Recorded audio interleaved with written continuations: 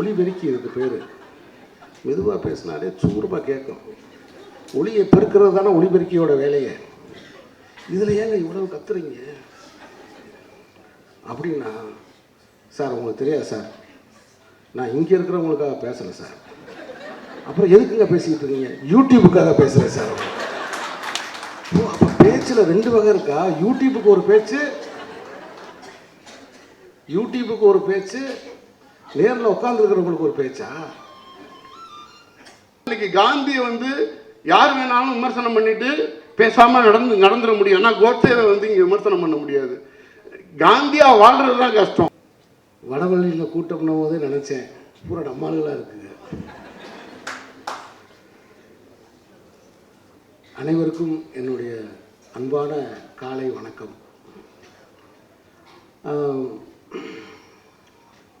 பொதுவாகவே நான் வரும்போது இங்கே இந்த மேடையில் பேசிக்கிட்டு இருந்த ஒரு சில மணித்துளிகள் மட்டும்தான் நான் கேட்டேன். யாரும் கடவுளாக முயற்சிக்க வேண்டாம் அப்படின்னு சொன்னார். எனக்கு என்ன தோணுச்சுன்னா, இந்த உலகத்தில் யார் கடவுள் தெரியுமா? மனித உடலில் ஏற்படுகிற வலியை நீக்குகிறவர்கள் தான் கடவுள்.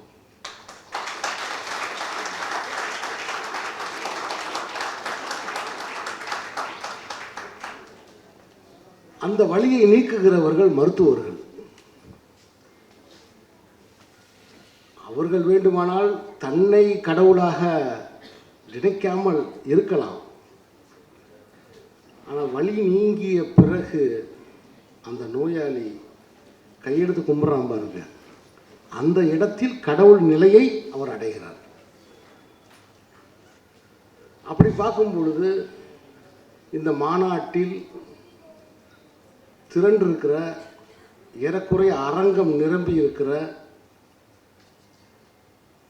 இந்த திருமண மண்டபத்தில், இந்த மண்டபத்தில் நீங்கள் எல்லோருமே எனக்கு கடவுளாகத்தான் தெரிகிறீர்கள்.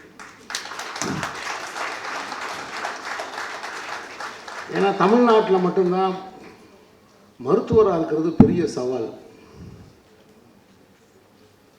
மருத்துவராக, ஏன்னா வர்ற நோயாளி எல்லாருமே மருத்துவர்கள். அவன் தன்னை ஒரு டாக்டர் நினச்சிக்கிட்டு தான் டாக்டர்கிட்டே வர்றான். ஆனால் அறிஞ்சோ அறியாமலோ அவன் கடவுள்கிட்ட கூட உண்மையை சொல்றதில்ல, டாக்டர்கிட்ட சொல்லி தான் தீர வேண்டியிருக்கு.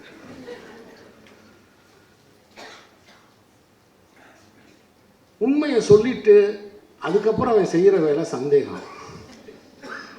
இது வேலை செய்யுமா வேலை செய்யாதான், ஆராய்ச்சியாளராக மாறிடுறான். மருத்துவர் சொல்ற எதையுமே கடைபிடிக்கிறது இல்லை, அதை எதையுமே பின்பற்றுறது இல்லை. ஆனால் அவனுக்கு உடனடியாக ரிசல்ட் தேவை. இது குணமாகுமா, இது வேலை செய்யுமா? குறிப்பாக எனக்கு அக்குபஞ்சர் மருத்துவத்தை பற்றி முழுமையாக எனக்கு தெரியாது, கொஞ்சம் தெரியும். என்னுடைய பாட்டி நடக்க முடியாமல் ரொம்ப சிரமப்பட்டாங்க. அப்போ எங்கள் பக்கத்தில், மதுரை பக்கத்தில் அது திருநகர் அப்படிங்கிற பகுதியில் ஒரு அக்குபஞ்சர் மருத்துவர் எங்கள் பாட்டியை நடக்க வைத்தார்.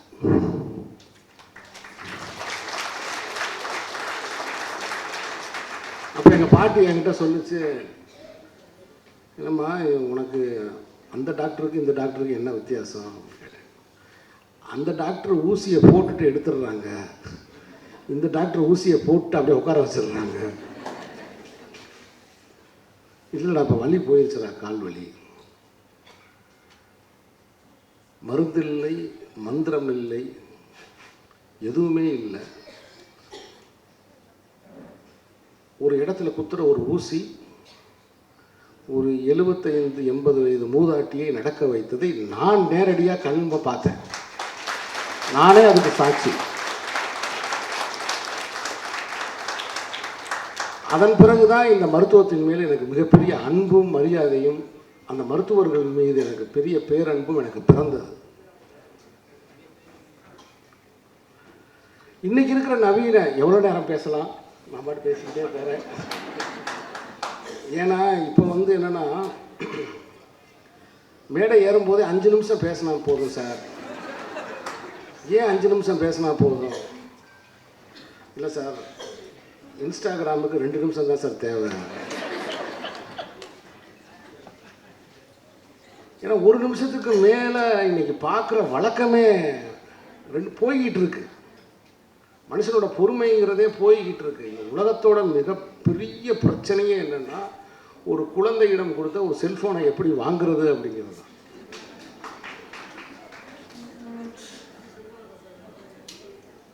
படித்து பார்த்து தெரிஞ்சுக்கிட்டதை எல்லாத்தையுமே பார்த்து அதுக்கப்புறம் படித்து தெரிஞ்சுக்கிறேன். எல்லா குழந்தைகளுக்கும் ஆச்சரியங்கிறது போயிடுச்சு. நான் 15வது வயசுல தான் கடலையே பார்த்தேன். அந்த கடலை பார்த்த அந்த அனுபவம் இருக்கு பாருங்க, ஒரு பேரனுபவமாக எனக்கு இருந்தது. அந்த அலை வந்து என் காலில் வந்து அப்படியே நீ உள்ளே இழுத்துட்டு போகிற மாதிரி அந்த உணர்ச்சி இருந்துச்சு. ஆனால் இன்னைக்கு ஒரு இளைஞனுக்கு, ஒரு சிறுவனுக்கு நீங்கள் கடலை காமிச்சாலும் சரி, மலையை காமிச்சாலும் சரி, எதை காமிச்சாலும் அவனுக்கு ஆச்சரியம் வர மாட்டேங்குது, கேள்வி தான் வருது. அப்படி இருக்கிற இந்த தகவல் தொழில்நுட்ப உலகத்தில் வந்து அக்குபஞ்சர் மருத்துவர்கள் ஒரு போராளிகள் தான். ஏன்னா எல்லாத்துக்குமே மாத்திரைக்கு பழக்கப்படுத்தப்பட்ட ஒரு சமூகத்தில் தலைவலியா போடு மாத்திரை, கால் வலியா போடுமா, வலி தெரியக்கூடாது, நாள்பட்ட நோயா மாத்திரையை போட்டு இந்த களத்தில் இப்போ இந்த நேரத்தில் சரியாகணும்.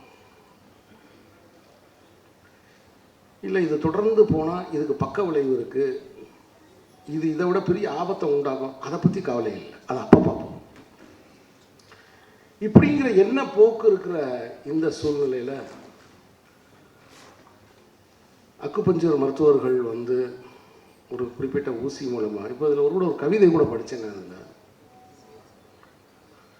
சூட்சமமாக அந்த தொட்டாலே அது அக்குபஞ்சர் தான்றாங்க. ஒரு மனிதனை ஒரு மனிதன் தொட்டாலே. இன்னைக்கு உலகத்தில் யாருமே யாரையுமே நேரடியாக போய் சந்திக்க விரும்புகிறதே கிடையாது. வேலையே ஒர்க் ஃப்ரம் ஹோம்னு ஆயிடுச்சு. அவன் வீட்டுக்குள்ளே தான் இருக்கான், அவன் வேலை செஞ்சுக்கிட்டு இருக்கான். இதை விட பெரிய கொடுமை என்னென்னா, நான் வந்து ஒரு வீட்டில் பார்த்து நான் ரொம்ப வருத்தப்பட்டேன். ஒர்க் ஃப்ரம் ஹோம், குழந்தை பிறந்திருக்கு, 12 மணிக்கு குழந்தை வெளியில் பாலுக்கு அழுகுது, தாயினால் இந்த ரூம்லேருந்து அந்த ரூமுக்கு போக முடியல. கேட்டால் work from home, work from room not home, pope இருக்காங்க. நண்பர்களே, நான் இந்த மேடைக்கு வருவதற்கு மிக முக்கியமான காரணம் கவிஞர், எழுத்தாளர், தோழர் போப் அவர்கள்.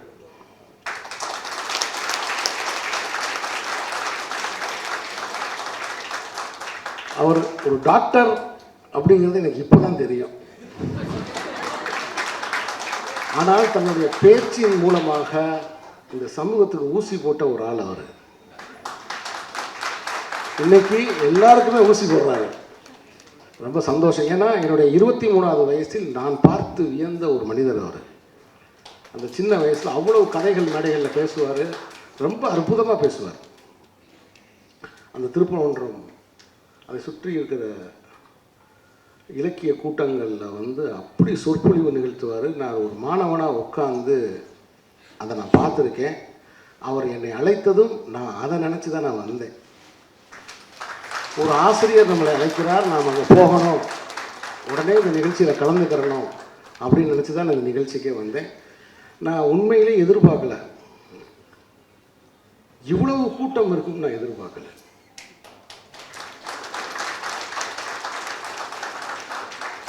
இவ்வளவு அக்குபஞ்சர் மருத்துவர்கள் மிக தீவிரமாக இயங்கிக்கிட்டு இருக்கீங்க அப்படிங்கிறத இங்கே பார்க்கும்போது எனக்கு ரொம்ப சந்தோஷமாக இருக்குது. ஏன்னா பல மாநாடுகளில் ஆட்கள் இல்லை,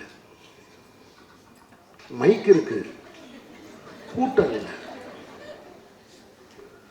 மனிதர்களே வந்து ஒன்றா கூடுறது கிடையாது, சந்திக்கிறது கிடையாது. பேசுகிற பேச்சாளர் ஆவேசமாக பேசிக்கிட்டு இருக்காரு, 1.5 மணி நேரம் பேசுகிறாரு, 2 மணி நேரம் பேசுகிறாரு. அப்போ நான் கேட்டேன், எங்க யாருமே இல்லைங்க, மொத்தம் ஒரு 5 பேர் தான் இருக்குது, ஏங்க இவ்வளோ நேரம் இப்படி என்னங்க ஆவேச சொற்பொழிவாக இருக்கேங்க? அது நம்ம ஆளுங்களுக்கு இது மைக்குன்னு தெரிய மாட்டேங்குது, ஒளி பெருக்கி இதுக்கு பேர். மெதுவாக பேசினாலே சூடுபாக கேட்கும். ஒளியை பெருக்கிறது தானே ஒளிபெருக்கியோட வேலையை. இதில் ஏங்க இவ்வளவு கத்துறீங்க அப்படின்னா, சார் உங்களுக்கு தெரியாது சார், நான் இங்கே இருக்கிறவங்களுக்காக பேசலை சார். அப்புறம் எதுக்குங்க பேசிக்கிட்டு இருக்கீங்க? யூடியூபுக்காக பேசுகிறேன் சார். ஓ, அப்போ பேச்சில் 2 வகை இருக்கா? யூடியூபுக்கு ஒரு பேச்சு, யூடியூபுக்கு ஒரு பேச்சு, நேரில் உட்காந்துருக்கிறவங்களுக்கு ஒரு பேச்சா? இப்போ எனக்கெல்லாம் எப்படின்னா வந்து, இப்போ நான் பேசிக்கிட்டு இருக்கும்போதே, இப்போ உதாரணத்துக்கு 2ஆம் உலக போரில் ஸ்டாலின் தன் படைகளோட ரஷ்யாவுக்குள்ளே நுழைஞ்சார் அப்படின்னும் போது ஒரு ஆள் டக்குன்னு எந்திரிச்சு என்ன சொன்னீங்க, அதெல்லாம் இல்லைங்க அப்படின்னு ஏதாவது ஒரு மறுத்து சொல்லிட்டாருன்னா என்னுடைய படை சிதறிடும். நான் அப்படியே ஸ்தம்பிச்சு நின்றுவேன், பேச மாட்டேன். ஆனால் இன்னைக்கு அப்படி இல்லை. எல்லாருமே, ஏன்னா ஒரு போப்பவர்கள் கூட கேட்டாங்க ஃபோட்டோ எடுக்கும்போது, கரெக்டாக நான் இந்த பக்கம் தள்ளி வந்தேன், கேமரா பார்த்து வர்றீங்களே அப்படின்னாரு. சொல்லலை அவர்கிட்ட, ஏன்னா இங்கே இருக்கிற பசங்க ஒரு டைரக்டர் எங்கே நிற்கிறதுன்னு தெரியலன்னு வாங்கி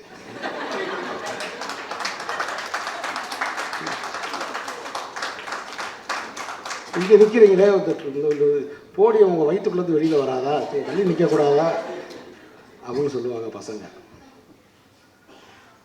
ஸோ இந்த மாற்று மருத்துவம்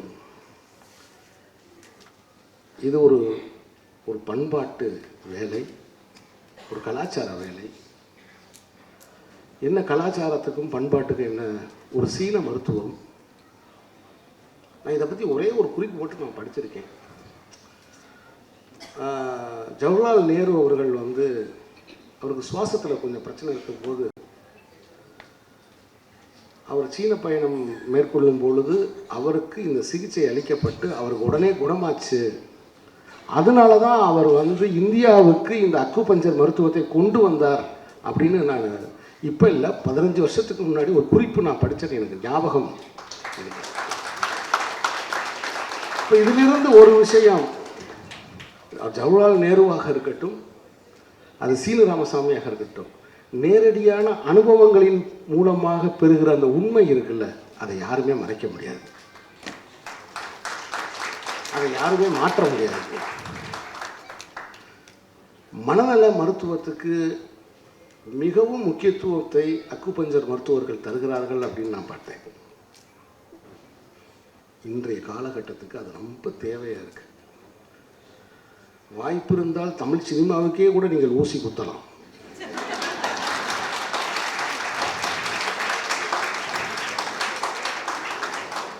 சட்டையை போட்டுக்கொண்டு வெளியே வான்னு சொன்னால் கூட ரத்த சட்டை போட்டு தான் வெளியே வருவேன்னு சொல்கிற ஒரு கோபம், ஒரு வன்மம், ஒரு பழி வாங்கணும், துடிக்க ரத்தம் கொப்பளிக்க விட்டு அதை அதில் கைத்தட்டல் வாங்கணும்னு நினைக்கிற என் போன்ற இயக்குநர்கள் நிறைஞ்சிருக்கிற சினிமாவில் அவர்கள் மனநலமெல்லாம் சாந்தமாவதற்கு நீங்கள் ஊசி போட வேண்டும்.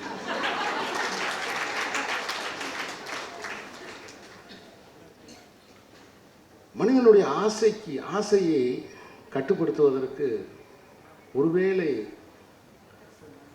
புத்தர் சொன்ன ஊசி இதுவாக கூட இருக்கும்னு நினைக்கிறேன். எண்ணத்தில் உண்டாகிற கொந்தளிப்பு. முதல்ல நான் ஃபோன் பார்த்துக்கிட்டு இருந்தேன், அப்புறம் தான் தெரிஞ்சு ஃபோன் என்னையே பார்த்துக்கிட்டு இருக்கு. முதல்ல நான் ஃபோன் பார்த்துக்கிட்டு இருந்தேன்,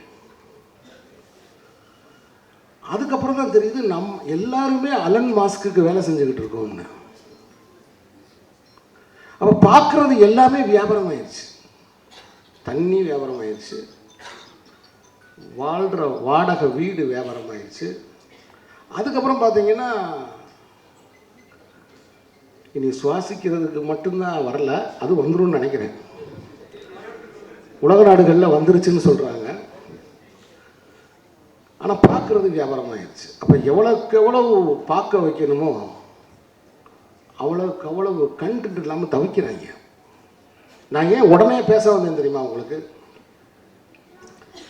நேற்று இரவு நான் படுக்கும்போது ஒரு மணி ஆயிடுச்சு. ஏசி வேற ரொம்ப நல்லா இருக்குது. என்னை உட்கார வச்சுட்டீங்கன்னு வச்சுக்கோங்க, கண்டென்ட் கிடைக்காம பசங்க வேற தவிக்கிறாங்க. நான் அப்படி தூங்கி டம்னு விழுந்துட்டேன்னு வச்சுக்கோங்க, அக்கு பஞ்சர் மாநாட்டில் குப்புற விழுந்த இயக்குனர் நான்.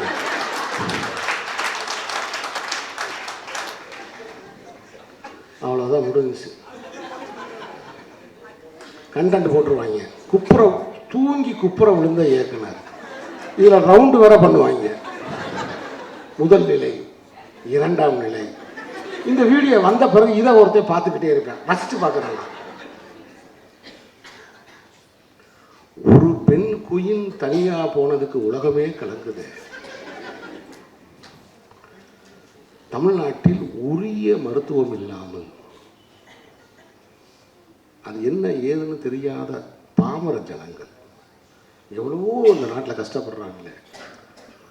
நான் இந்த மேடைக்கு, இந்த மாநாட்டில் நான் வந்தது உங்களை எல்லாம் பார்த்து ஒரு வணக்கம் சொல்லிவிட்டு உங்களுக்கு ஒரே ஒரு விண்ணப்பத்தை மட்டும் வைப்பதற்கு. எத்தனையோ ஏழை எளிய மக்கள் வலியோடும் துன்பங்களோடும், அதே சமயத்தில் சில மருத்துவத்தின் பின் விளைவுகளாலும் கிராமப்புறங்களில் அவஸ்தைப்படுறாங்க. நீங்கள் எல்லாம் அவர்களை போய் சேர வேண்டும். அவர்களுக்கு நீங்கள் மருத்துவம் பார்க்க வேண்டும்.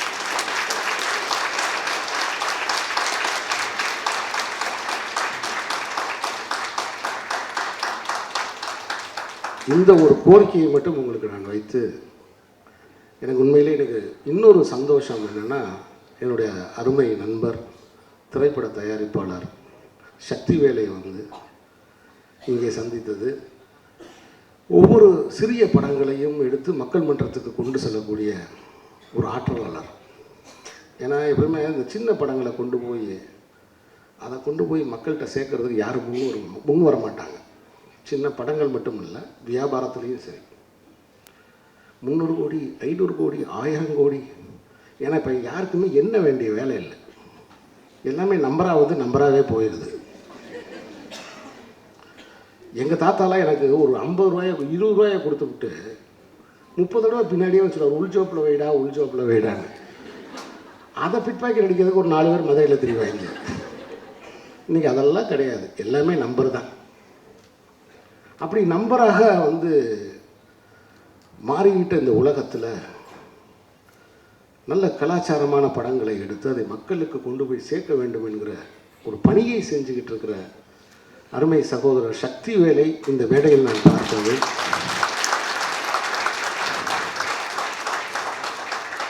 எனக்கு உண்மையிலே ரொம்ப மகிழ்ச்சி. இந்த விழாவுக்கு என்னை அழைத்த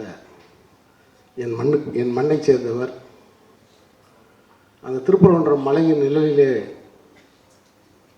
நான் இலக்கியம் கற்றுக்கொள்வதற்கு, இலக்கியம் தெரிந்து கொள்வதற்கு காரணமானவர் திரு போப்பு அவர்களை திரும்ப இங்கே சந்திப்பதற்கு நன்றி. அதனால் யார் சொன்னாலும் கேட்க, என்னுடைய நண்பர் என்னை மன்னித்துக் கொள்ள வேண்டும், நீங்கள் கடவுள் தான். வலியை நீக்குவதால், நோயை நீக்குவதால், அறியாமையை நீக்குவதால், ஏன்னா நோயை பற்றிய புரிதலை உண்டாக்குறீங்க இல்லை. சுஜாதா ஒரு சிறுகதை எழுதியிருப்பார். ஒரு பொண்ணு வந்து பெரிய ஆஸ்பத்திரியில் போய் அட்மிட் ஆக போகும். நகரம்னு பேர், தலைப்பை சொல்கிறாரு பாருங்கள், நகரம்னு பேர்.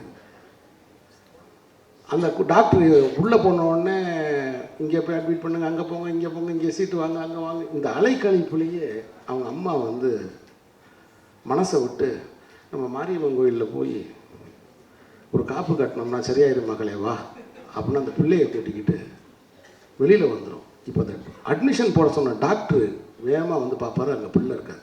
எங்கே அந்த பிள்ளை?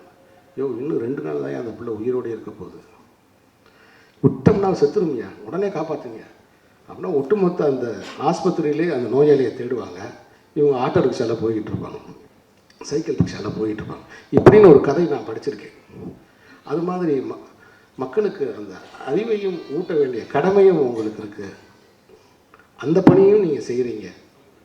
அதனால் உங்களை எல்லாம் நான் வாழ்த்தி, இந்த பேச்சை எப்படி தொடங்குவது என்று தவிப்போடு வந்த எனக்கு கடவுள் என்ற வார்த்தையை எடுத்து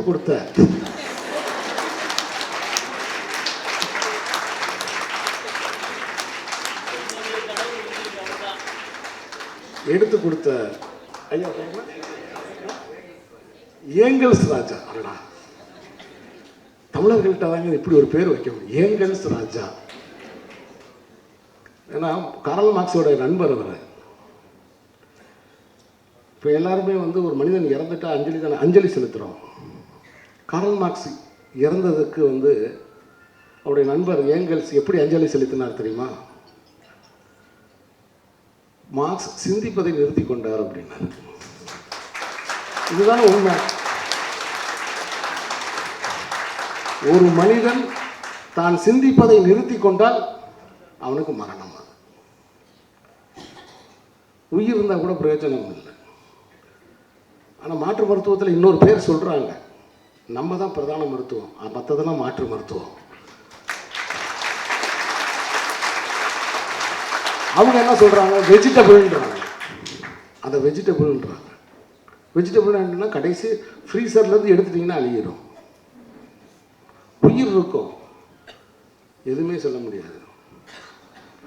ஸோ இந்த அருமையான சந்தர்ப்பத்தில், இந்த உற்சாகமான இந்த நேரத்தில் இந்த மாநாடு தொடர்ந்து நடைபெற்று இதனுடைய பயன்கள் எல்லாம் தமிழ்நாடு முழுக்க சென்று சேர வேண்டும். இன்றிலிருந்து நானும் அக்குபஞ்சர் மருத்துவத்தை தொடர முடிவு செய்திருக்கிறேன்.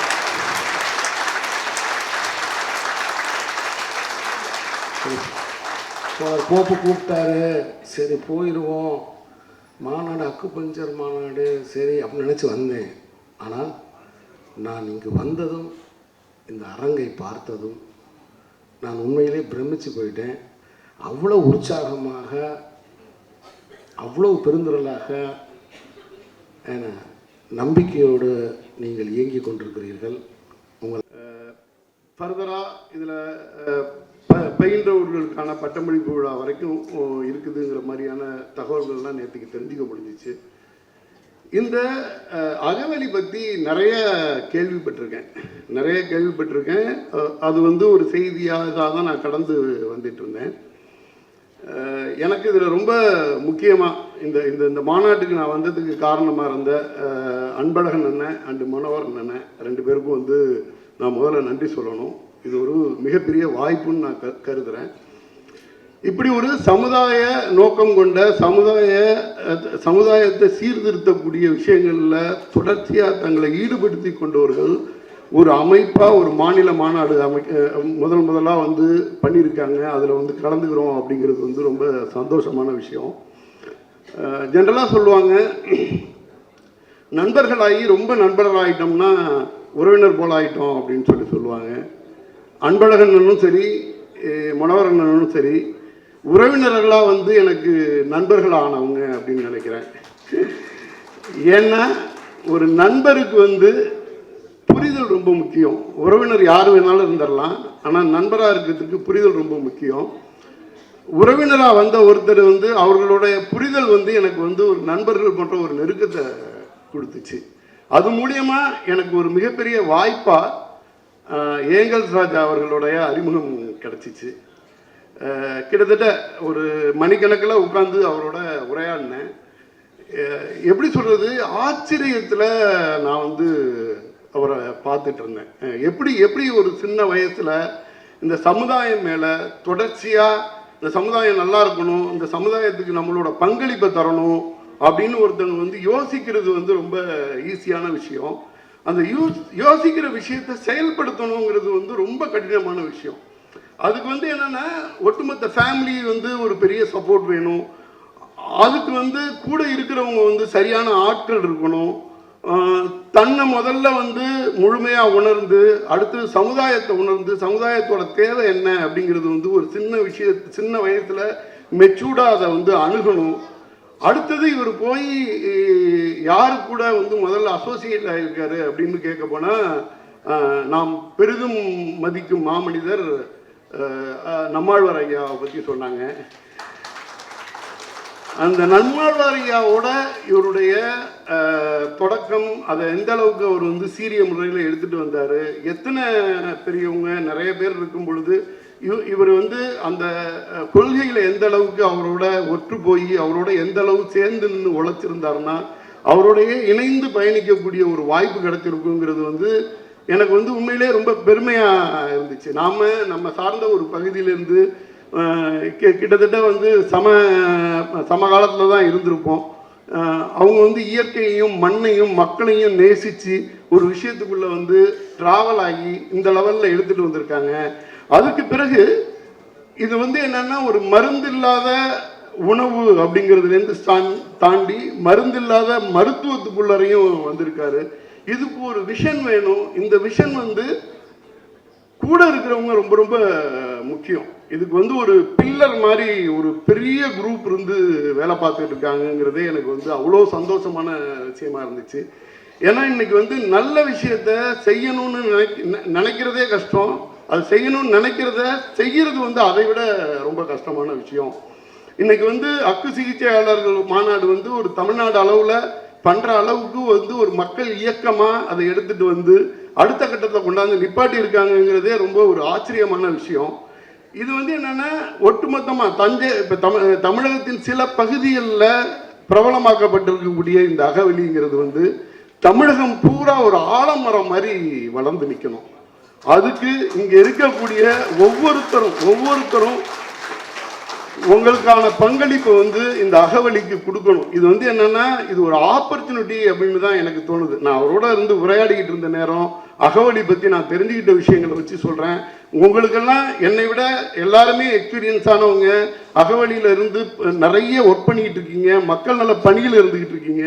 நான் இதுக்கு வந்து புதியவன் தான். நான் வந்து எட்டியிருந்து அகவலி பற்றி கேட்டு தெரிஞ்ச ஒரு ஆள் தான். ஆனால் அகவலியோட பெருமையை வந்து என்னால் உணர முடியுது. என்னால் வந்து என்னென்னா அந்த அகவலியோட செயல்பாடு, அதுக்குள்ளே இருக்கக்கூடிய மனிதர்கள், அவங்களோட நோக்கம் என்ன அப்படிங்கிறது வந்து எனக்குள்ள வந்து ஒரு பிரமிப்பையும் ஒரு பெருமையையும் ஏற்படுத்துது. அகவலிக்குள்ள நீங்களும் ஒரு பார்ட்டாக இருக்கீங்கன்னா அது மிகப்பெரிய ப்ரைடான விஷயம். அதை வந்து நீங்கள் வந்து இந்த அகவலியை வந்து அடுத்தடுத்த கட்டத்துக்கு எடுத்து சொல்கிறதுக்கு வந்து நீங்கள் வந்து ஒரு எஃகு பில்லர் மாதிரி கூட நிற்கணும்.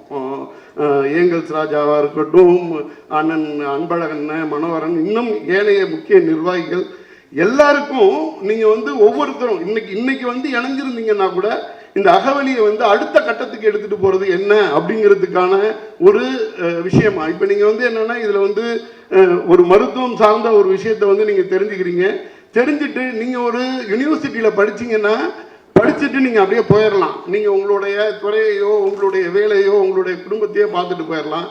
ஆனால் இது மாதிரி ஒரு மக்கள் இயக்கத்தோடு சேர்ந்து நீங்கள் ட்ராவல் பண்ணியிருக்கும் பொழுது இந்த மக்கள் இயக்கத்துக்கு உங்களாலான எல்லா பங்களிப்புகளையும் மேலே கொடுத்துக்கிட்டே இருங்க. இது வந்து அகவலி வந்து நமக்கு கிடைச்சிருக்கிறது ஒரு மிகப்பெரிய வாய்ப்பு அப்படிங்கிறத வந்து கண்டிப்பாக உணர்ந்ததால் மட்டும்தான் நீங்கள்லாம் இதோட ட்ராவல் ஆகுறீங்க. இல்லாட்டா உங்களால் ட்ராவல் ஆகவே முடியாது. இன்றைய காலகட்டத்தில் வியாபாரத்தை முன்னிறுத்தி நடந்து கொண்டிருக்கின்ற உலகத்தில் நீங்கள் வந்து பொதுமக்களுக்கும் இதுக்கு நம்மளோட இயற்கைக்கும் விரோதமாக இல்லாமல் அதற்கு ஆதரவாக செயல்பட்டு எடுத்துகிட்டு போகணும்னு நினைக்கிறதே பெரிய விஷயம். இந்த அகவலி தமிழ்நாட்டில் உள்ள ஒவ்வொரு மாவட்டங்களிலும் தன்னுடைய கிளையை பரப்ப வேண்டும். அடுத்தது வந்து இந்திய அளவில் இப்போவே மகாராஷ்டிராலாம் வந்திருக்காங்க. இந்திய அளவில் வந்து ஒரு ஆலமரம் மாதிரி வளர்ந்து நிற்கணும். இப்படி வளர்ச்சி வரும் பொழுது இப்போ வந்து அகவலிங்கிறது வந்து ஒரு நல்ல மனிதர்கள் ஒரு கூட்டமைப்பாக இருந்து அவங்களுக்குள்ள ஒன்று நல்லது பண்ணிக்கிட்டு இருக்கும்போது எந்த பிரச்சனையுமே இருக்காது. இது வந்து ஒரு மாநில மாநாடாவது ஒரு தமிழ்நாடு தெரியக்கூடிய ஒரு செயல்பாட்டாக ஆக போகுது அப்படிங்கிறப்ப வந்து நிறைய கேள்விகள்லாம் வரும். இங்கே வந்து என்னென்னா நன்மை தீமை நல்லது கெட்டது அப்படின்னு ஒன்று இருக்கும். எப்பயுமே வந்து நல்லது செய்கிறது வந்து ரொம்ப கஷ்டமானது. தீமை அல்லது வந்து தீயதை வந்து யாரும் கேள்வி கேட்க மாட்டாங்க. ஏன்னா இங்கே வந்து பொதுவெளியில் வியாபார யுகத்தில் இருந்துகிட்டு இருக்க காலகட்டத்தில் தீமையை நோக்கிய அட்ராக்ஷன் இங்கே மக்களுக்கு நிறைய அதிகமாக இருக்கும். தீமை தான் வெல்லும் அப்படின்னு எங்கள் சினிமாவில் வந்து பாட்டு வைப்போம். அந்த மாதிரி தீமையை நோக்கின விஷயம், இவனை வந்து காலங்காலமாக மிதிச்சுக்கிட்டு இருக்க ஒருத்தனை வந்து எவ்வளோ வேணாலும் மதிக்கிறதுக்கு கற்றுருப்பான். ஆனால் தோல் மேலே கை போட்டு அவனை மதிச்சோன்னு வச்சுங்களேன், அவன் வந்து அதை வந்து திருப்பி அந்த மரியாதையை தரணும்னு கூட சமூகம் தராது. இது வந்து என்னன்னா, ஒரு இடத்திலிருந்து இந்த அகவெளி வந்து பெரிய லெவலில் வளர்ந்து வரும் பொழுது இதற்கு வந்து மாற்று கருது. ஏன்னா இன்னைக்கு காந்தியை வந்து யார் வேணாலும் விமர்சனம் பண்ணிட்டு பேசாமல் நடந்துட முடியும். ஆனால் கோட்சேவை வந்து இங்கே விமர்சனம் பண்ண முடியாது. காந்தியா வாழ்றது தான் கஷ்டம். இன்னைக்கு வந்து இங்கே உள்ள ஒரு ஏங்கல்ஸ் ராஜாவோ இந்த அகவலியோ மக்களை முன்னிறுத்தி, இயற்கையை முன்னிறுத்தி நான் நல்லது பண்ணுறேன் அப்படின்னு வர்றாங்க. அவங்க மேலே வந்து போதுமான வெளிச்சம் படாத வரைக்கும் பாவம்பா ஏதோ நல்லது பண்ணிட்டு இருக்காங்க அப்படிங்கிற லெவலில் இருப்பாங்க. இல்லை, அது மேலே வந்து போதிய வெளிச்சம் வந்துருச்சு, ஒரு மிகப்பெரிய மக்கள் இயக்கமாக மாறுது அப்படிங்கிறப்ப வந்து என்னென்னா அது சார்ந்த எதிர்கருத்துக்கள்லாம் கூட வரும். அப்போ வந்து என்னென்னா நீங்கள் தான் அதுக்கு வந்து ஒரு மிகப்பெரிய தூண் மாதிரி நின்று, பில்லர் மாதிரி நின்று இந்த இயக்கத்தை அடுத்தடுத்த கட்டத்துக்கு எடுத்துட்டு போறதுக்கான ஒரு வாய்ப்பு இருக்கணும். இது என்னன்னா, இது நிறைய விஷயங்கள்ல வந்து என்னன்னா அந்த புரிதல்கள் இருக்கும். நீங்க வந்து என்னன்னா ஒரு நமக்காக ஒரு தஞ்சை பகுதியிலேயோ இல்லை ஒரு பர்டிகுலரா ஒரு பகுதியிலேயோ இருக்கும் பொழுது இந்த இயக்கத்தோட செயல்பாடு ஒன்றா இருக்கும். இது அடுத்த கட்டத்தில் தன்னோட கிளையை விரிக்கணும். ஒரு தமிழ்நாடு அளவில் அல்லது இந்திய அளவில், ஏன் ஏசியாவிலேயோ இல்லை உலக அளவுலேயோ இந்த அகவெளி அப்படிங்கிற ஒரு அமைப்பு வந்து இதாகும்போது நிறைய விஷயங்கள் வந்து நீங்கள் சப்போர்ட் பண்ண வேண்டியிருக்கும். அதாவது என்னன்னா, ஒரு பருந்து பறக்கிறப்ப வந்து பக்கத்தில் தவளைகள் வந்து அதோட ரெக்கைகளுக்கு வந்து கட்டு போட்டுறக்கூடாது. அதை வந்து நீங்கள் வந்து ஷீல்டு மாதிரி இருந்து பார்த்துக்கணும். அடுத்தது இந்த அக்கு பற்றி சொல்லும் பொழுது பார்த்தீங்கன்னா, கிட்டத்தட்ட மருந்தில்லாத மருத்துவங்கிறதை விட எனக்கு தெரிஞ்சதை பொறுத்த வரைக்கும் நான் என்ன சொல்கிறேன், நீங்கள் ஒரு மிகப்பெரிய ஹோப்பை கொடுக்குறீங்க இண்டஸ்ட்ரிக்கு. ஹீலர்னு சொல்கிறோம். இப்போ நான் வந்து ஒரு சினிமா எடுக்கும்போது ஒரு நல்ல சினிமா என்ன மாதிரி பார்ப்பேன்னா, இந்த திரைப்படம் மக்களை மகிழ்விக்கணும், மக்களை மகிழ்விச்சுட்டு அது மூலியமாக இந்த படம் வெற்றி அடையணும் அப்படின்னு நினைப்போம். என் சார்ந்த துறைங்கிறதுனால சொல்கிறேன். ஆனால் உங்களோட துறையே என்ன இருக்குன்னா, நீங்கள் ஒரு ஹீலராக இருக்கீங்க. கிட்டத்தட்ட ஒரு சக மனிதனுடைய வலியை போக்குறதை விட சிறந்த விஷயம் எதுவுமே கிடையாது. அதுக்கான வாய்ப்பு உங்களுக்கு கிடைக்குது. நீங்கள் வந்து என்னென்னா, அக்குங்கிறது வந்து ஒரு ப்ரொஃபஷன் கிடையாது, அது ஒரு ப்ரிவிலேஜ். அதை வந்து நம்ம முதல்ல உள்ளே எடுத்துக்கணும். சக மனிதர்களோட வழியை துடைச்சு சக மனிதரோட வாழ்வியலில் அடுத்த கட்டத்துக்கு நகர்த்துறதுக்கான ஒரு இடத்துல நீங்கள் இருக்கீங்கிறது வந்து மிகப்பெரிய பாராட்டுக்குரியது. இந்த இடத்துல வந்து இந்த அக்குவை வந்து ஒரு படிப்பாக முடித்து அதுக்கான பட்டயங்கள் வாங்குறவங்களுக்கு என்னுடைய வாழ்த்துக்களை தெரிவிச்சுக்கிறேன். இயற்கை நலம் சார்ந்து ட்ராவல் ஆகக்கூடியவங்களுக்கு பில்லராக நிற்கக்கூடிய ஒவ்வொருத்தருக்கும் என்னுடைய மனமார்ந்த நன்றியை தெரிவித்துக் கொள்கிறேன். இவ்வளோ பெரிய விழாவில் எனக்கும் ஒரு வாய்ப்பு கிடைச்சிச்சு, நல்ல மனிதர்களை பார்க்கறதுக்கான மிகப்பெரிய வாய்ப்பு கிடைச்சிச்சு அப்படின்ற சந்தோஷத்தோடு உங்களிடம் இப்படி விடைபெறுகிறேன். நன்றி, வணக்கம். இல்லை, நான் ஒரு முக்கியமாக சொல்ல நினச்சேன். ஐயா நாசர் அவர்கள் இருக்காங்க பாருங்கள். சுரேஷ் சந்திரா அவர்களுடைய பிஆர்ஓவுடைய முக்கியமான அவர் தான் முக்கியமான ஆள். அவருடைய சுரேஷ் சந்திரா அவர்கள்ட்ட பணிபுரிகிறாரு. ஆனால் நான் சினிமாவுக்கு வந்த நாள்லேருந்து அவரை நான் பார்த்துக்கிட்டு இருக்கேன். இதே மிடுக்கோடையும் இதே உடுப்போடையும். அது ரொம்ப கஷ்டம் உங்களுக்கு. ஆரம்பத்தில் வரும்போது மிடுக்கோடு வருவாங்க. டைமாக நம்ம ஆளுகளோட தொடர்ந்து சிரிச்சுக்கிட்டே கத்தி சண்டை போட்டு போட்டு போட்டு போட்டு போட்டு அப்படியே குனிஞ்சிருவாங்க. ஆனால் எப்பயுமே ஐயா கொஞ்சம் மேலே வாங்க.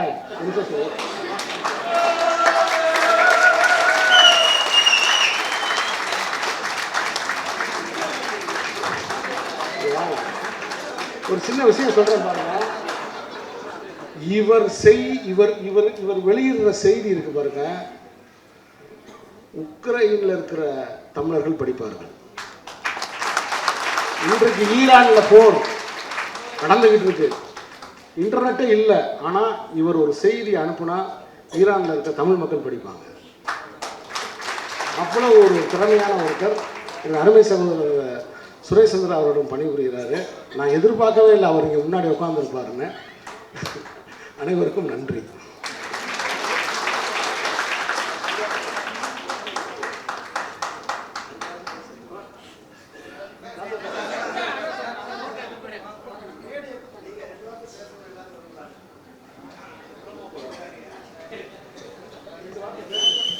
உங்களுக்கு மிகப்பெரிய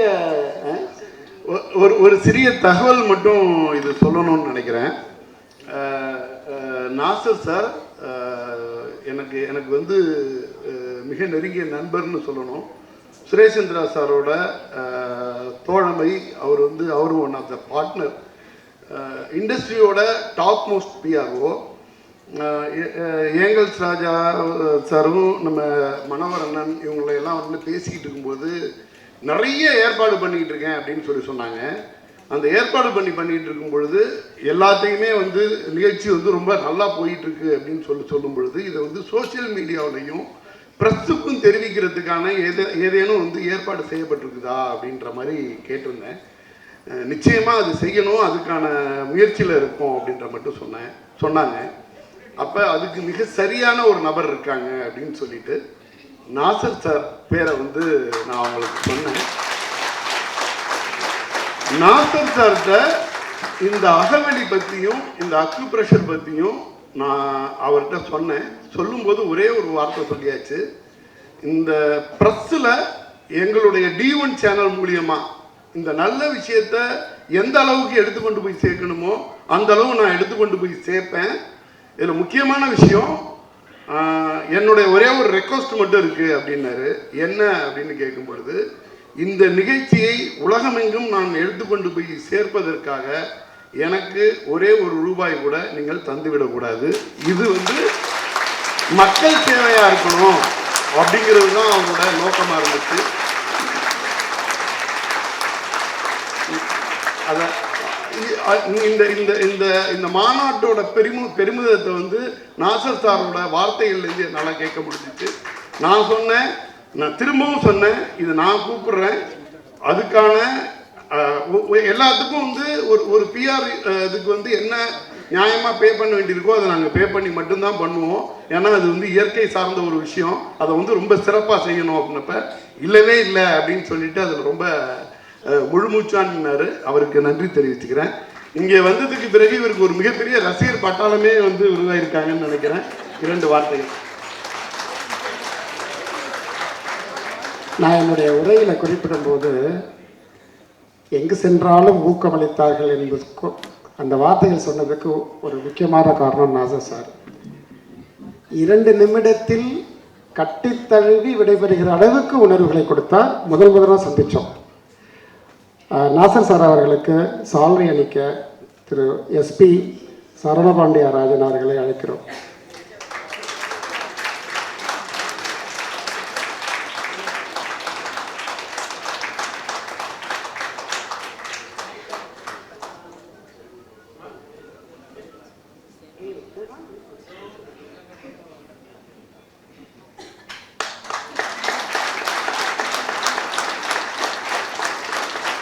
புத்தக வழங்குவதற்கு நாகராஜ் அவர்களை அழைக்கிறோம்.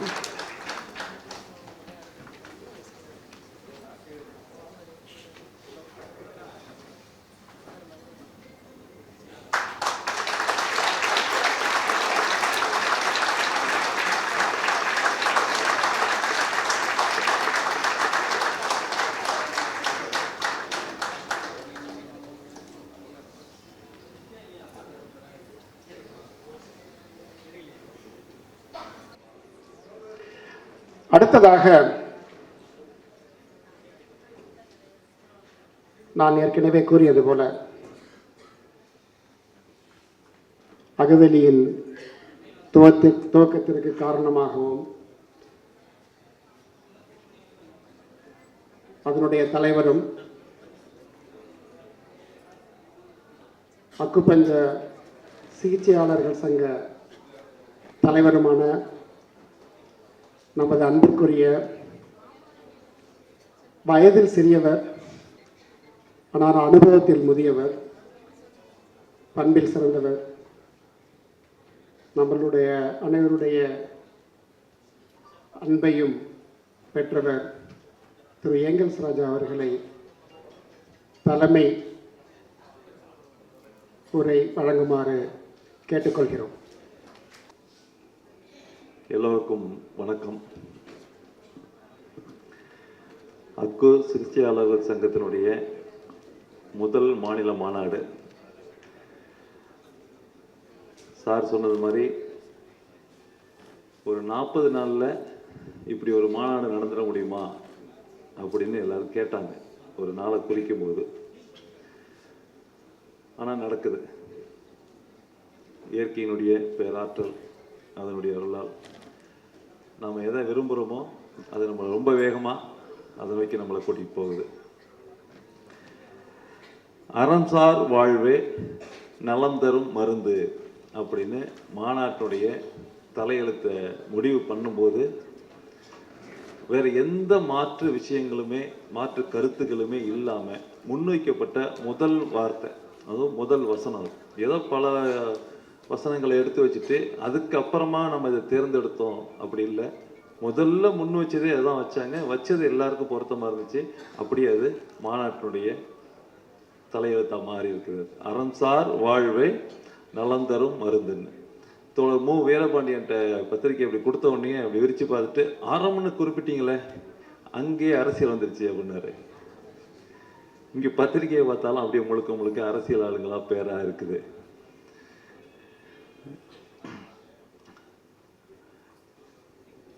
ஒரு இது மாதிரியான ஒரு நிகழ்வை நம்ம செய்யணும் அப்படின்னு விரும்புகிறோம் அப்படின்னாக்க அது என்னுடைய தனிப்பட்ட விருப்பம் இல்லை, என்னுடைய தனிப்பட்ட தேவை அல்ல. அது நம்ம எல்லாருக்கும் இப்படி ஒரு விருப்பம் இருக்குது, நம்ம எல்லாருக்கும் இப்படி ஒரு தேவை இருக்குது.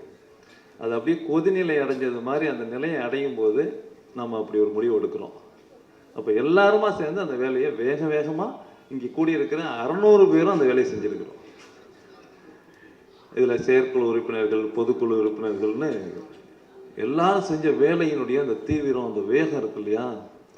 நான் என்ன பண்ணேன், இந்த 40 நாள் அமைதியாக இருந்துட்டு இவங்கெல்லாம் வேலை செய்கிறத பார்த்து ரசிச்சுக்கிட்டு இருந்தேனே தவிர நான் ஒரு வேலையுமே செய்யலை.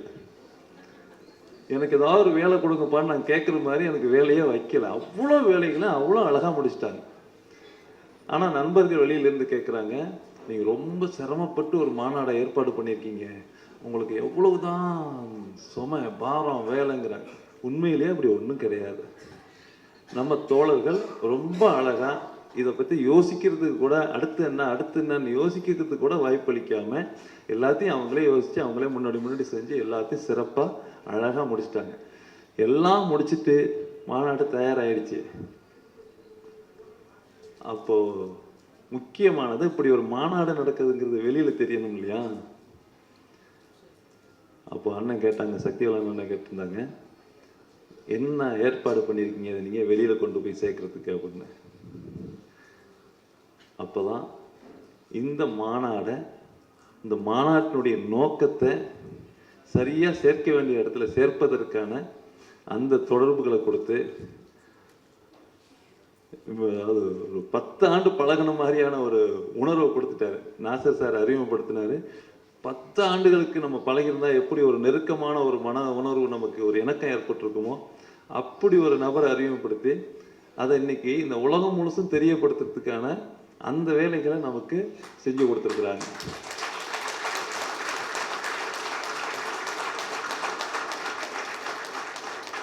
இந்த மாநாட்டினுடைய வெற்றி அப்படிங்கிறது நம்ம 600 பேர் கூடி இங்கிருந்து பேசி கலைஞ்சு போகிறது கிடையாது. இது வெளியே தெரியணும். அதுதான் மாநாட்டினுடைய வெற்றி. நான் மாநாடு வெற்றி அடைஞ்சிச்சுங்கிறத எப்போ உணர்ந்தேன்னா, இத்தனை ஊடக நண்பர்கள் நமக்கு ஆதரவாக இந்த செய்தியை வெளியிட போகிறாங்க அப்படிங்கிறது தெரிஞ்ச போது தான் மாநாடு வெற்றி அப்படிங்கிற அந்த ஒரு நிறைவு ஏற்பட்டுச்சு. உண்மையிலேயே இந்த பயணத்தில் மிக முக்கியமான தருணமாகவும் இது அடுத்த கட்டம் அப்படிங்கிறது 1 2 இல்லை, 1 100ஆகவும் 1000ஆகவும் விரிகிறதுக்கான அந்த வாய்ப்பு இன்னைக்கு அடி எடுத்து வச்சிருக்குன்னு நான் ரொம்ப அழுத்தமாக அதை நம்புகிறேன். இந்த நிகழ்வில் பங்கேற்றிருக்கக்கூடிய மேடையில் வந்திருக்கக்கூடிய பெரும் மதிப்புக்குரிய அண்ணன் மனோகரன், அவர் உங்கள் எல்லாருக்கும் தெரியும்.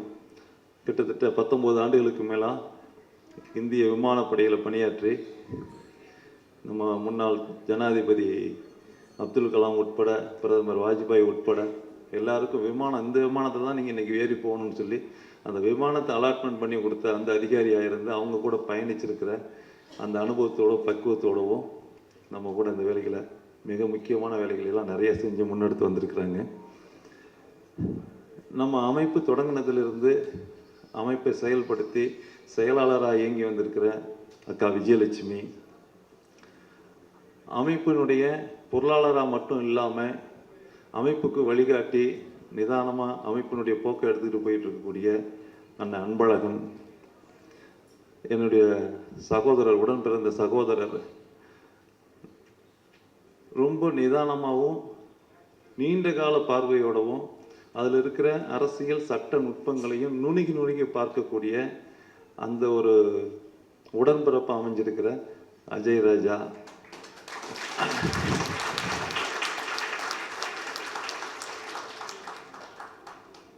நிறைவுரையாற்றுறதுக்காக அமர்ந்திருக்கிற தோழர் போப்பு,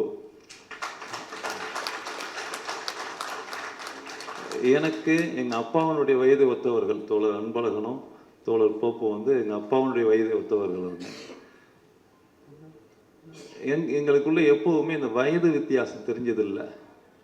நான் கூட சில நேரத்தில் நினைப்பேன், இவ்வளோ வயசில் இருக்கும்போது நம்ம எப்படி அதை அணுகிறது போகிறதுன்னு. அப்படி அணுகணும், அந்த இடைவெளி இருக்கணுங்கிற அந்த இடைவெளி இல்லாமல் எனக்கு அந்த இடத்த கொடுத்துருக்குறாங்க.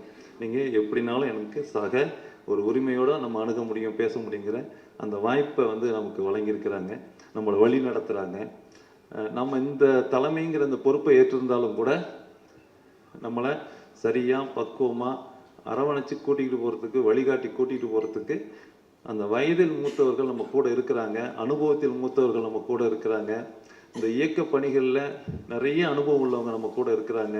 அப்படிங்கிற அந்த கூடுதலான ஒரு ஆதரவு தான் நம்ம 3 ஆண்டுகளுக்குள்ளார இவ்வளோ உறுப்பினர்களும், இப்படி ஒரு மாநாடும், இப்படி ஒரு நிகழ்வு தமிழ்நாட்டில் 45 வருஷமாக நடந்துக்கிட்டு இருக்குது. அக்குப்பஞ்சர் அப்படிங்கிறது 45 வருஷமாக தமிழ்நாட்டில் போயிட்டு இருக்குது. இது வரைக்கும் இதை அரசியல்படுத்தணும் அப்படிங்கிற ஒரு நோக்கம் இங்கே ஏற்படவே இல்லை. ஒரு மாநாடு அப்படிங்கும்போது அவங்கவுங்களா கூடி கலைஞ்சு போகிற ஒரு தன்மை இருந்து போச்சு.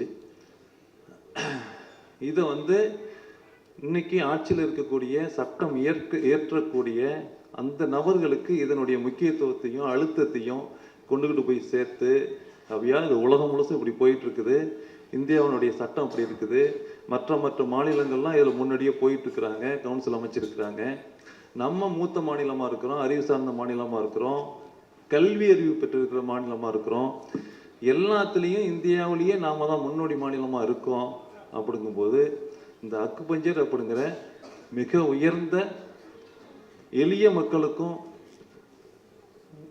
கொண்டு போய் சேரக்கூடிய, பயனடைக்கக்கூடிய ஒரு மருத்துவ முறையை நாம் சீக்கிரம் முன்னெடுக்கணுங்கிற அந்த செய்தி அவங்களுக்கு கொண்டு போய் சேர்க்கணும்னு ஆசைப்படும் போது எல்லாருடைய நம்ம அமைப்பில் இருக்கிற ஒவ்வொருத்தருடைய உடன்பாடும் ஆதரவோடவும் சில நபர்களை நம்ம அழைக்கணும்னு விருப்பப்பட்டோம்.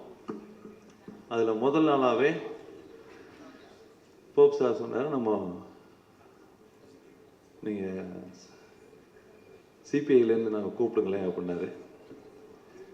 சரின்ட்டு வீரபாண்டியனை கூப்பிட்டோம். நம்ம எடுத்துக்கிட்டு இருக்கிற தோழர் சொன்னது மாதிரி தோழர் வேலை வேற, ஹீலர் வேற இல்லை அப்படிங்கிறது மாதிரி ஒரே ஒரு கேள்வி தான் கேட்டார். இது அறிவியல் பூர்வமானது தானே அப்படின்னாரு. அந்த கேள்வி இருக்கு இன்னைக்கு மக்கள் மத்தியிலையும், இதுல இருந்து பயனடைஞ்சவங்க மத்தியிலையும் இது அறிவியல் பூர்வமானது தானே அப்படிங்கிற ஒரு கேள்வி இருக்கு. நிச்சயமா தோழர், இது உலகம் முழுசும் 100க்கும் மேற்பட்ட நாடுகள் முழுமையான மருத்துவ முறையா இதை ஏற்றுக்கிட்டு அமல்படுத்தி இருக்கிறாங்க. உலக சுகாதார நிறுவனம் இது முழுமையான மருத்துவ முறையை அங்கீகரிச்சிருக்குது. இந்தியாவும் இதை 2017 முழுமையான மருத்துவ முறையை அறிவிச்சிருந்துச்சு. இது முழுமையான மருத்துவ முறை, அறிவியல் பூர்வமானது தான் அப்படின்னு சொன்னோம். நிச்சயமா நாங்கள் கலந்துக்கிறோம் தோழர். நாம தான் எப்போதும் போராட்டத்தில் முன்களத்தில் இருக்கணும், நம்ம முன்னாடி எடுப்போம் அப்படின்னாங்க. அது மாதிரி பாலகிருஷ்ணன் தோழர், போப்பு தோழர் தான் பேசினார். இப்படி ஒரு பணி தமிழ்நாட்டில் போகுதுங்கும்போது நாம் பின்னாடி தேங்கி போயிடக்கூடாது, நாம் முன்கை எடுக்கணும், நாமளும் நிற்கிறோம். இதை முன்னாடி கொண்டு போய் நம்ம இதை இங்கே சட்ட அங்கீகாரம் பெறுவதற்கும் இதுக்கான அரசாணைகள் பெறுவதற்கும் வழிகாட்டுதலை பெறுவதற்கு உண்டான வேலைகளை நாம் செய்வோம் அப்படின்னு சொல்லி இடதுசாரி அமைப்புகளாக இருக்கக்கூடிய சிபிஐ, சிபிஎம் 2 பேரும் நம்ம கூட கை கோத்தாங்க. பொதுவாக எங்கேயாவது ஒரு போலீஸ் சாமியார், ஒரு பித்தலாட்டம் நடக்குது, ஒரு மோசடி நடக்குது, ஒரு குழப்பம் நடக்குது அப்படின்னா அங்கே எதிர்த்து நிற்கக்கூடியவர்கள் இடதுசாரி அமைப்புகளாக இருப்பாங்க. அப்போ அவங்க இன்னைக்கு நம்ம மேடைக்கு 2 மணிக்கு வர்றதா இருக்கிறாங்க. வந்தாங்கன்னா நாம் எந்த அளவுக்கு நியாயமான நேர்மையான ஒரு வேலையில் போகிறோம் அப்படிங்கிறத நமக்கு நாமளே நினச்சி பார்த்துக்கிறதுக்கு இன்னைக்கு நம்ம கூட கை கோத்துருக்குறாங்க. எல்லாருக்கும் ஒன்று இருக்கும், இது அறிவியல் பூர்வமானது தான் அப்படின்னு ஒரு கேள்வி வந்துட்டதுக்கு பிறகு திராவிடர் கழகம் இங்கேருந்து விலகி நிற்கும். அறிவியல் பூர்வமற்ற எல்லாத்தையும் திராவிடர் கழகம் எதுக்கும். திராவிடர் கழகங்கிறது தந்தை பெரியார் தொடங்கினது. அக்குபஞ்சருக்கான முதல் பல்கலைக்கழக பட்டய படிப்பை தொடங்கி கொடுத்தது பெரியார் மணியம்மை பல்கலைக்கழகம் தஞ்சாவூர்ல இருக்கிறது. அதனுடைய துணைவேந்தராக இருந்த டாக்டர் நல் ராமச்சந்திரன் அவங்க பல இடங்கள்ல சிகிச்சை பார்த்து அவர் கால் மூட்டில் இருந்த வலி குறையல, போகவே இல்லை, கைவிட்டார். நம்ம இப்படிதான் இருக்கணும் போல் இருக்குன்னு அப்படி இருந்துக்கிட்டார். திடீர்னு ஒரு நண்பர் சொல்லியிருக்கிறாரு, நீங்க சிகிச்சை எடுங்க வாங்க சரியாகுன்னு. அவர் அத்தி வெட்டியில வந்து ட்ரீட்மெண்ட் எடுத்துட்டு தஞ்சாவூர் போறதுக்குள்ள வலி போயிடுச்சு, போன வயதுல திருப்பி வந்துட்டார். இப்படி ஒரு மருத்துவ முறை இருக்குது அப்படின்னா இதை ஏன் நீங்க பல்கலைக்கழகத்துல வந்து சொல்லிக் கொடுக்க கூடாதுங்கிறாரு. எங்ககிட்ட பாடத்திட்டம் இல்லைன்னோ உருவாக்குவோம் அப்படின்னாரு. அவர் பேச ஆரம்பிச்சு 6வது மாசத்துக்குள்ளார முழு நேர பல்கலைக்கழக பட்டய படிப்பா, 2 ஆண்டு முழு நேர பட்டய படிப்பா இதை பல்கலைக்கழகத்தில் அவரே தொடங்கிட்டார்.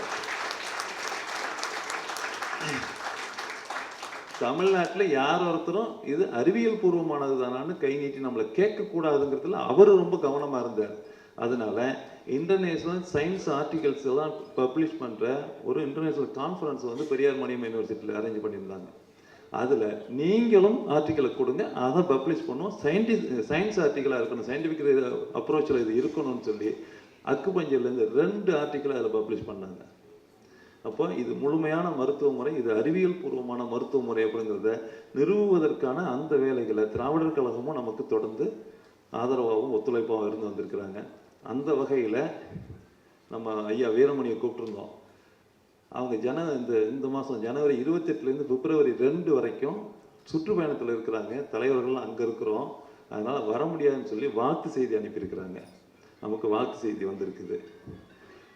நம்ம தோழர்கள்லாம் பாண்டிச்சேரியில் இருந்துட்டு, எங்கள் பாண்டிச்சேரி தனி மாநிலம் மாதிரி இருக்கிறோம் நாங்கள், அதனால் நாங்கள் எங்கள் முதலமைச்சரையும் எங்கள் சுகாதாரத்துறை மந்திரியும் பார்ப்போம்னு சொல்லி நேராக போய் பாண்டிச்சேரி முதலமைச்சரை போய் பார்த்தாங்க.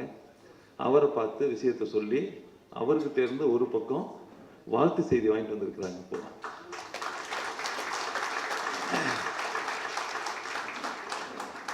அந்த வாழ்த்து செய்திக்கு முன்னாடி நீங்கள் ஜிஓன்னு ஒரு நம்பர் மட்டும் போட்டிங்கன்னா போதும், கவர்மெண்ட் ஆர்டர் நம்பர் போட்டிங்கன்னா போதும். அப்படி ஒரு தெளிவான ஒரு வாழ்த்து செய்தியை வாங்கிட்டு வந்திருக்கிறாங்க. அந்த வாழ்த்து செய்தியை மத்தியானம் படிப்பாங்க. படித்ததுக்கு பிறகு நம்ம குழுக்களில் பகிர்வாங்க. இப்படி நம்மளை சுற்றி நமக்கு ஆதரவான அரசியல் நிலைப்பாடுகள் இருக்குது. இவங்களுக்கு எல்லாருக்கும் அக்குபஞ்சரை பற்றி தெரிஞ்சிருக்கு, அவங்கள போய் யாரும் அணுகலை, இது இப்படி தானே சொல்லலை. அவங்களுக்கு ஒரு கேள்வி இருக்குது, இது அறிவியல் பூர்வமானதான ஒரு கேள்வி இருக்குது. அறிவியல் பூர்வமானது தானே நம்ம ஆளுங்க போய் சொல்லலை. சொல்லும்போது அவங்களுக்கு புரியுது, தெரியுது, ஏற்றுக்கிறாங்க, நம்ம கூட கை கோக்குறாங்க. அந்த அடிப்படையில் இன்னைக்கு அரசில் அங்கம் வகிக்கக்கூடிய அரசினுடைய தமிழ்நாடு அரசினுடைய சுகாதாரத்துறை அமைச்சராக இருக்கக்கூடிய மாண்புமிகு மா சுப்பிரமணியன் அவங்களும் இன்னைக்கு மத்தியானம் வந்து நம்மளோட கலந்துக்கிறாங்க. 3:30 மணிக்கு வந்து கலந்துக்கிறாங்க. அடுத்துதான் நமக்கு பள்ளிக்கல்வித்துறை அமைச்சராக இருக்கக்கூடிய மாண்புமிகு அன்பில் மகேஷ் பொய்யாமொழி அவர்களும் இன்னைக்கு 4:30 மணிக்கு வந்து கலந்துக்கிறத இப்போ வரைக்கும் உறுதிப்படுத்தியிருக்கிறாங்க. ஆனால் திருச்சியில் இருக்கிறாங்க. இவங்களுக்கு இந்த விஷயம் தெரியும் போது அவங்களும் ஆதரவு தெரிவிக்கிறாங்க. இன்னைக்கு வெளிப்படையான ஆதரவை இங்கே நம்ம எதிர்பார்க்கிறோம். என்ன சொல்ல போகிறாங்கன்னு எதிர்பார்க்குறோம். ஆனால் இந்த மேடைக்கு வர்றேன்னு அவங்க சம்மதித்து பத்திரிகையில் பேர் போடுங்கன்னு சொல்லும்போது அவங்க நம்ம கூட நிற்கிறாங்க.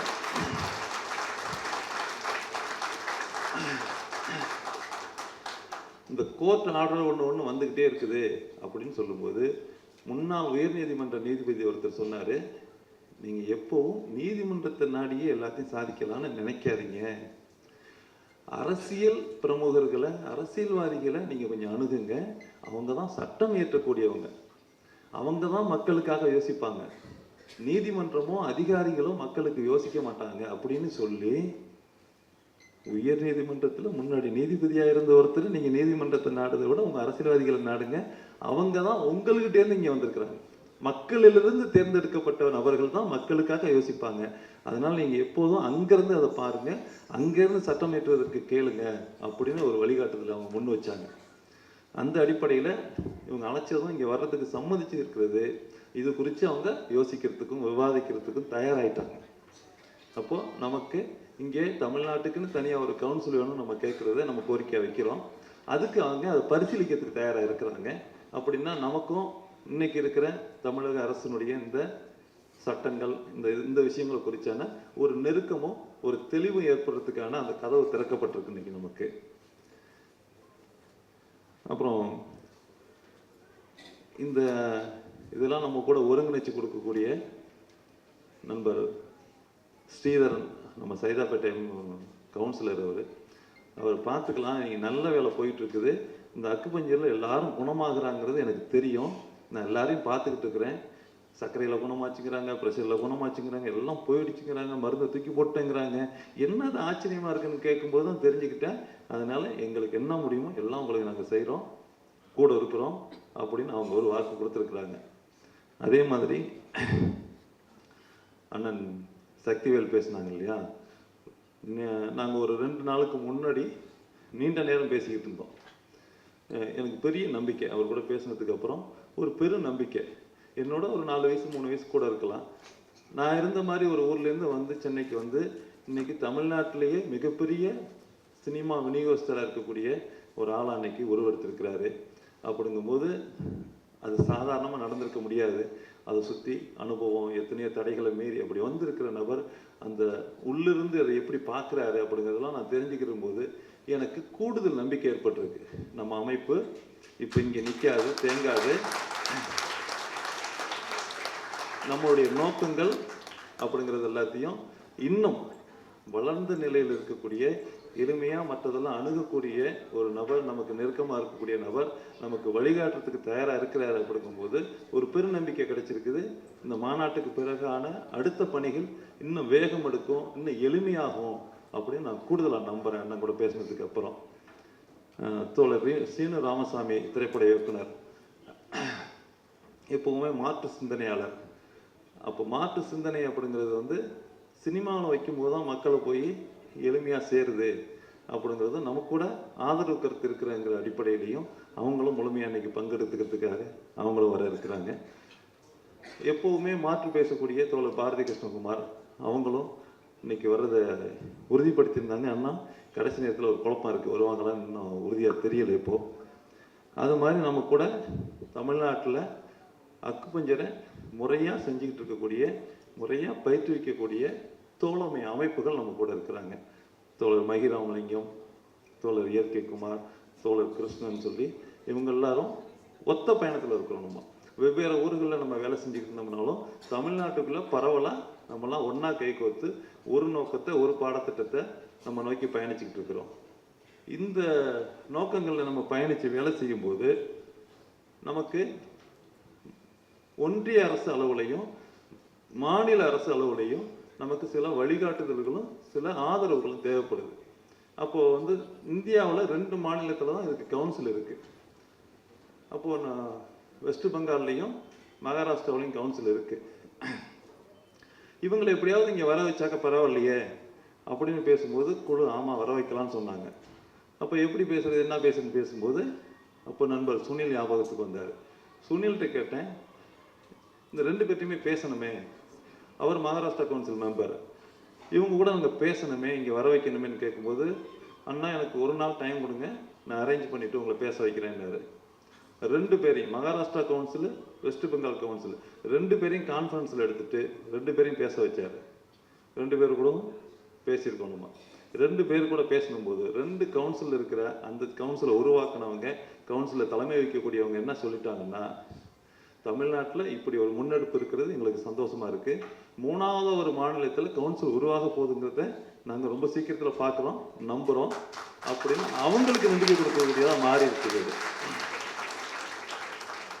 தமிழ்நாட்டில் எடுக்கக்கூடிய அக்குபஞ்சர் சார்ந்த எந்த ஒரு முன்னெடுப்புக்கும் நாங்கள் 2 கவுன்சிலும் உங்களுக்கு எப்போதும் கூட இருக்கிறோம். எங்களுடைய ஆதரவும் வேலைகளும் உங்களுக்கு எப்போவும் நாங்கள் செஞ்சு கொடுக்க தயாராக இருக்கிறோம். நாங்கள் இவ்வளோ தூரம் பயணித்து வந்து இதுதான் சொல்ல போகிறோம். அதனால் உங்களுக்கு பக்கத்துலேயே இருக்கிற சுனில் உங்களுக்கு வருவார், உங்கள் கூட கலந்துக்குவார். எங்களுடைய ஆதரவை தெரிவிக்கிறதுக்காக அவர் வர்றாரு. எந்த நேரத்துலையும் உங்களுக்கான பயணத்தில் நாங்கள் கூட இருக்கிறோம் அப்படின்னு அவங்க ஆதரவை சொல்லியிருக்கிறாங்க.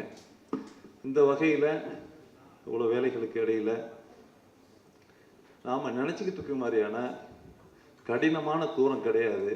ரொம்ப எளிமையான தூரம், நிதானமான பயணம், திட்டமிட்ட பயணம், இவைகள் தான் நமக்கு தேவைப்படுது. நிறைய ஆதரவு கரங்கள் நமக்கு தேவைப்படுது. இதை திரும்ப திரும்ப இது அறிவியல் மருத்துவங்கிறத மக்களுக்கு நம்ம திரும்ப திரும்ப சொல்ல வேண்டியிருக்குது.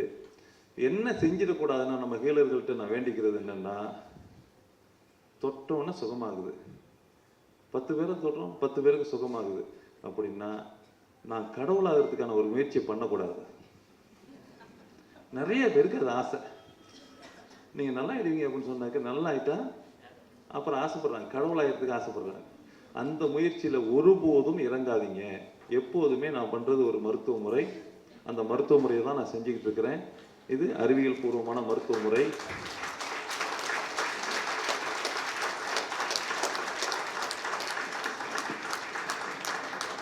அக்கா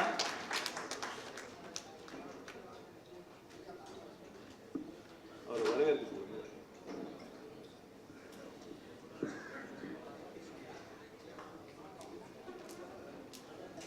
வரவேற்பு சொல்லுங்க. அங்கே அந்த மைக்கில் வரவேற்பு செய்யுங்க. அந்த மைக் இருக்கா?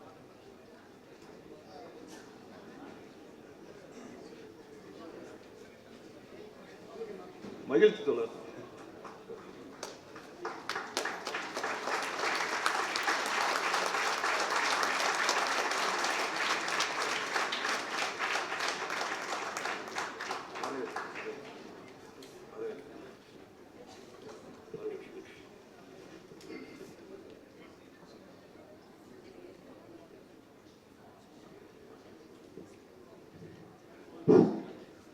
திரு சீனு ராமசாமி அவர்கள் மதுரையிலிருந்து கிளம்பி வந்த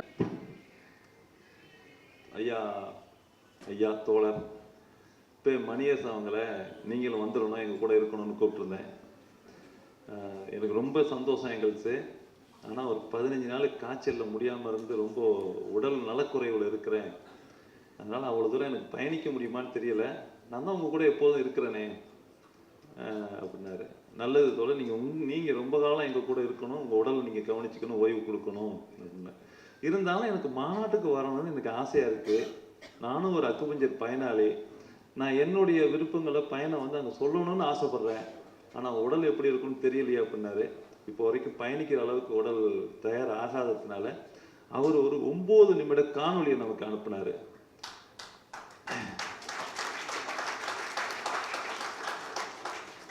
அப்புறம் என்ன பண்ணிட்டாங்கன்னா, எல்லாருமே வாழ்த்து செய்தியை அனுப்பியிருக்கிறாங்க அப்படிங்கிறதுனால அந்த கட்சியினுடைய தலைமைக்குழு என்ன பண்ணிடுச்சு, நாங்களும் அந்த வாழ்த்தை வந்து எழுத்தாக கொடுத்துட்றோம் அப்படின்னு சொல்லி அதையும் லெட்டராக எழுதி நேற்று சாயங்காலம் லெட்டரை அனுப்பி நமக்கு கிடைக்கிற மாதிரி கொடுத்துட்டாங்க.